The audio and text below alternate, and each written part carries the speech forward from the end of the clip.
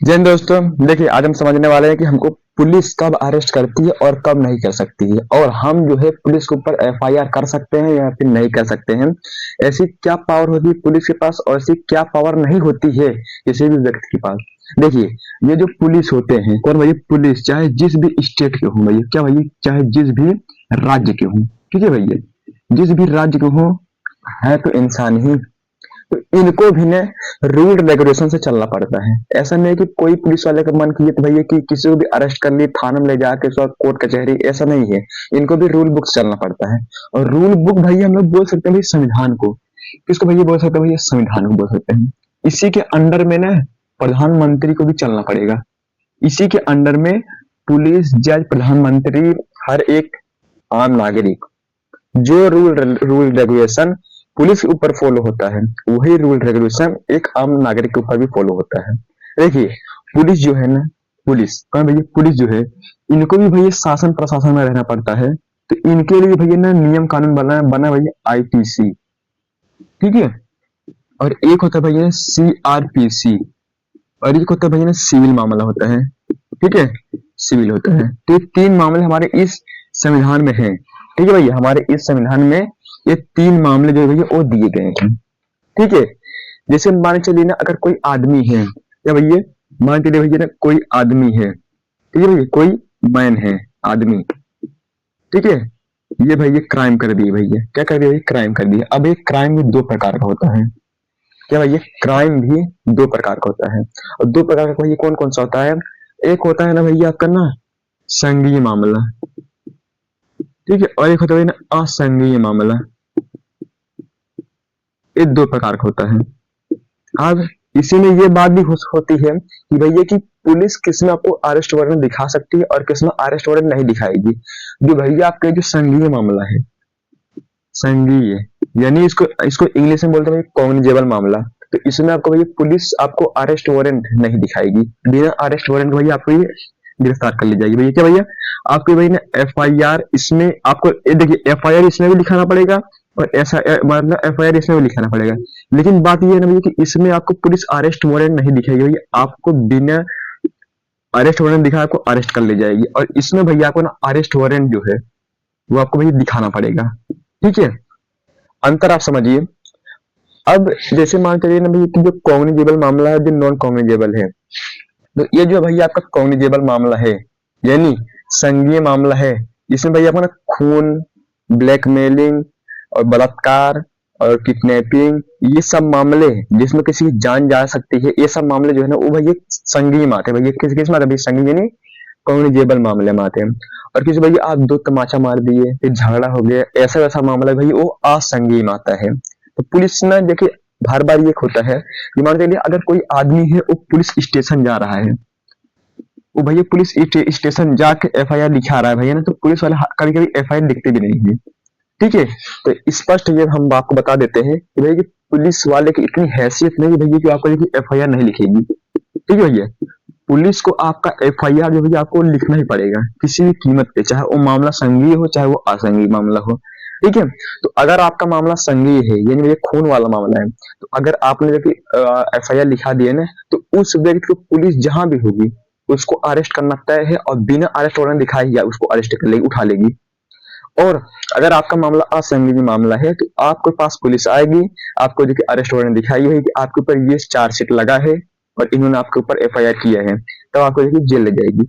उसके बाद भैया जेल के बाद जो प्रोसेस होता है भैया, जेल के बाद जो जो भैया प्रोसेस है, तो भैया 24 घंटे के अंदर, भैया 24 घंटे के अंदर पुलिस को भी आपको ना कोर्ट के अंदर देखिए डालना पड़ेगा। भैया कोर्ट के अंदर आप जाइएगा सुबह में 10 बजे से, फिर उनकी जो टाइमिंग होगी आपके देखिए मामला के हिसाब से। एक कोर्ट में भैया ना दो तीन कोर्ट होते हैं भैया ना, कोई कभी कभी कोई मामला सिविल चलता रहता है, कोई कोई सीआरपीसी, कोई कोई आईपीसी। सिविल सिविल मामला में शादी ब्याह प्रॉपर्टी लेनी देनी इसमें आता है, ठीक है। तो आपका जो टाइमिंग होगा तब पे आपकी देखिए चार्जशीट चलेगी। उसके बाद जब आपको भैया ना जेल में कोर्ट जज के सामने जाके आप भैया पेश हो जाएंगे, तो जज का आपके देखिए हर एक कार्रवाई करेगा भैया, इनके ऊपर सिविल है, नॉन मतलब इनके ऊपर कॉग्निजेबल मामला है, फिर नॉन कॉग्निजेबल मामला है। उसके बाद आपको भैया जेल डाल देगी, भैया जेल। इसके बाद भैया आते जाएंगे जेल। जेल जो है भैया वो पुलिस के अंडर में नहीं होता है। बहुत लोग एक कंफ्यूज होते हैं भैया कि जो जेल है वो पुलिस के पास ही रहता है, तो भैया पुलिस खाली अरेस्ट करती है, जेल होता है कोर्ट के पास, वो आपके भाई डिस्ट्रिक्ट वगैरह के पास होगा ना, तो पुलिस स्टेशन में जेल वेल नहीं होता है, ठीक है। वो जेल जो होता है भाई वो कोर्ट के अंदर में आता है भाई, किसके अंदर में, कोर्ट के अंदर डालते हैं। तो पुलिस की भी इतनी हैसियत नहीं भाई आपको जेल डाल देगी, वो आपको भाई कोर्ट निर्धारित करेगी कि किसको जेल डालना है किसको नहीं डालना है, ठीक है भैया। आप ये जेल चले गए। अब ये बात करते हैं, जैसे मान चलिए जो हमारा राज्य है, हम अपने राज्य से किसी दूसरे राज्य में घूमने गए हैं, और अगर वहां क्राइम हो गया है, तो वहां से अपने राज्य से भाड़ा टिकट करके इधर आएंगे, फिर यहाँ पे लिखाएंगे, तो ये बहुत टाइम चला जाएगा। तो इसीलिए ना मान चलिए इन्हें यूपी है, तो यूपी से आप भैया कहीं चले गए भैया, मान चलिए ना गुजरात मान लीजिए, अब ये गुजरात चले गए। तो भैया ना यूपी से आप गुजरात गए, गुजरात में भैया आपके साथ देखिए कुछ क्राइम हो गया है, तो आप ना गुजरात के पुलिस स्टेशन में जिस एरिया में आपके साथ देखिए गुनाह हुआ है, उस एरिया में जाके उस पुलिस वाले के जो अध्यक्ष होंगे उनके पास भैया आप एफआईआर लिखाएंगे भैया। इस एफआईआर को भैया कहा जाता है भैया जीरो एफआईआर, जीरो एफआईआर कहा जाता है भैया। तो इसको कहते हैं भैया जीरो एफआईआर। हम लोग जीरो एफआईआर किसी भी राज्य में लिखा सकते हैं आपके ऊपर क्राइम हुआ है तो। और आप जिस एरिया के रहवासी हैं, मतलब मान लीजिए यूपी के अगर आप रहवासी हैं, तो भैया यहाँ तो भैया एफआईआर होगा। तो भैया एफआईआर भी दो प्रकार का होता है भैया, एक होता है जीरो एफआईआर, एक होता है भैया एफआईआर।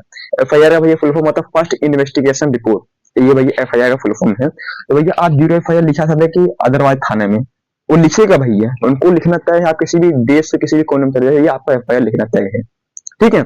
उसके बाद देखिए पुलिस वाले जो होते हैं, चाहे वो कांस्टेबल हो चाहे वो किसी उच्च अहदे पे हो, तो ना भैया जैसे अपने एटीट्यूड में रहते हैं, ठीक है। अगर आप वो हुलिये देख के पता कर लेते भाई कि कौन पढ़ा लिखा है कौन नहीं पढ़ा लिखा है। अगर आप कुछ पढ़े लिखे हैं ना भैया, तो फिर पुलिस जो है ना आपसे अच्छे से पेश आएगी। अगर आप भैया अनपढ़ है ना, तो भैया ना जैसे झाड़ के चली जाएगी, आपको कोनो वैल्यू नहीं देगी, ठीक है। तो जो जो कम पढ़े लिखे रहते हैं ना भैया, पुलिस उनको ज्यादा परेशान करती है। जो पढ़े लिखे रहते हैं ना भैया, उनको पता है कि भाई कब कौन सा आईपीसी कौन सा सेक्शन कब कहाँ कैसे लगेगा और क्या प्रोसीजर है। अनपढ़ लोग को पुलिस ऐसे झाड़ झाड़ देती है, ठीक है। ये जो पुलिस होते हैं ना भैया, इनसे डरना वरना नहीं है, क्योंकि देखिए भैया आपके ऊपर ये दोनों मामले में से कोई एक ही लगेगा। देखिए अंतरिक्ष नहीं आएगा कोई, ये दोनों मामले में से कोई एक ही मामला लगेगा, ये भाई संज्ञेय हो या फिर असंज्ञेय है, ठीक है। और बहुत सारे ऐसे केसेस आते हैं कि पुलिस जो है भैया आपको गाली दे देती है, ठीक है। कहीं भी आप खड़े रहिए, आपने भाई क्राइम किया है नहीं किया है, आपको पुलिस गाली दे देगी या आपको पुलिस मार देती है, ठीक है। तो भाई इस आप क्या करेंगे, अगर भाई करना कुछ नहीं है, ये आपको ये करना है, जैसे मान लीजिए आप कहीं खड़े हैं, आपको पुलिस गाली दे दी फिर मार दी ना, तो आपको इतना आपके पास इतना एविडेंस होना चाहिए भाई, सीसीटीवी कैमरा या जिस जगह पे आपको मारी है या फिर आपको गाली दी है, वहां के भैया जितने भी रहवासी हैं उनको भैया आप एविडेंस के थ्रू आप उनको बोल दिए भाई कि आप गवाही देंगे। अगर वो लोग गवाही देने के लिए रेडी हैं और आपके पास सीसीटीवी कैमरा है और एविडेंस है जिससे आप प्रूव कर सकते हैं भाई कि हमको मारा है या फिर गाली दिया है ना, तो आप सीधे जाइए। अगर आपको भैया कांस्टेबल मारा है, कौन भैया कांस्टेबल मारा है, ये भैया आपको एसपी मारा है, ये भैया एसओ मारे हैं या फिर एसएचओ मारे हैं, तो इनसे बड़े सुपीरियर से आप भी कंप्लेन कर दी। कभी कभी ये होता है कि अगर कांस्टेबल मार दिए एसपी मार दिए ना, तो उनके बड़े जो अधिकारी कभी कभी एफआईआर लिखते नहीं, कभी बोलते चलो हटो, तो ऐसे कर देते हैं। तो भैया आपको करना क्या है ना भैया, आप सीधा कोर्ट जाइए। कहाँ जाइए भैया, आप सीधा सीधा भैया कोर्ट जाइए। मजिस्ट्रेट को पावर है और जज को पावर है भैया कि आईपीसी 166 ए के तहत वो लिखेगा, ये धारा 156 के तहत वो आपको लिख देगा। उसके बाद में आपके पास इतनी पावर है भैया, आप उस कांस्टेबल या फिर एससी एसएचओ एसपी सब की वर्दी उतरवा सकते हैं, तो ये पावर होती है। आज के भैया जो जो हमारे 2024 जो भैया भारतीय न्याय संहिता है ना, तो इस सब में ये सब चेंजिंग हो चुकी है। तो भैया आपके पास इतना प्रूफ होना चाहिए। आजकल देखिए ना, अगर आपको भैया कहीं मारा मारी हो गया है, तो अगर पुलिस आ रही है गाली गलौज कर रही है, आप वीडियो बना सकते हैं। वीडियो बनाने के भैया मतलब परमिशन है, तो ऐसा नहीं भैया कि कोई कहीं जा रहा है तो भैया प्राइवेसी जगह भी आप भैया वीडियो बना लेंगे, ऐसा नहीं है। अपने प्रोटेक्शन के लिए आप भैया वीडियो बना सकते हैं। आप जहाँ कैमरा बाहर निकालिएगा ना, पुलिस वैसे ही डर जाती है, उसको पता है भैया कि अभी ये रिकॉर्ड हो जाएगा वीडियो हमारा, उसके बाद भैया सीधा केस कर देंगे। तो ये सब होता है। पुलिस को भी भैया नियम कानून और संविधान के अंडर में उनको रहना पड़ेगा, संविधान के अंडर में ही। ऐसा नहीं भैया कि आप नेता पार्टी के ऊपर भैया केस नहीं कर सकते हैं, सबके ऊपर केस कर सकते हैं, अपने गांव के प्रधान तक के ऊपर केस कर सकते हैं, कोई कितने भैया सरकारी ओहदे पे हो ना, ऐसा नहीं है। आप भैया एविडेंस कलेक्ट कीजिए और सीधा केस कर दीजिए, ठीक है। तो भाई उम्मीद करता हूँ दोस्तों भैया आपको पुलिस के बारे में सब जानकारी मिल गई होगी। तब तक के लिए जय हिंद।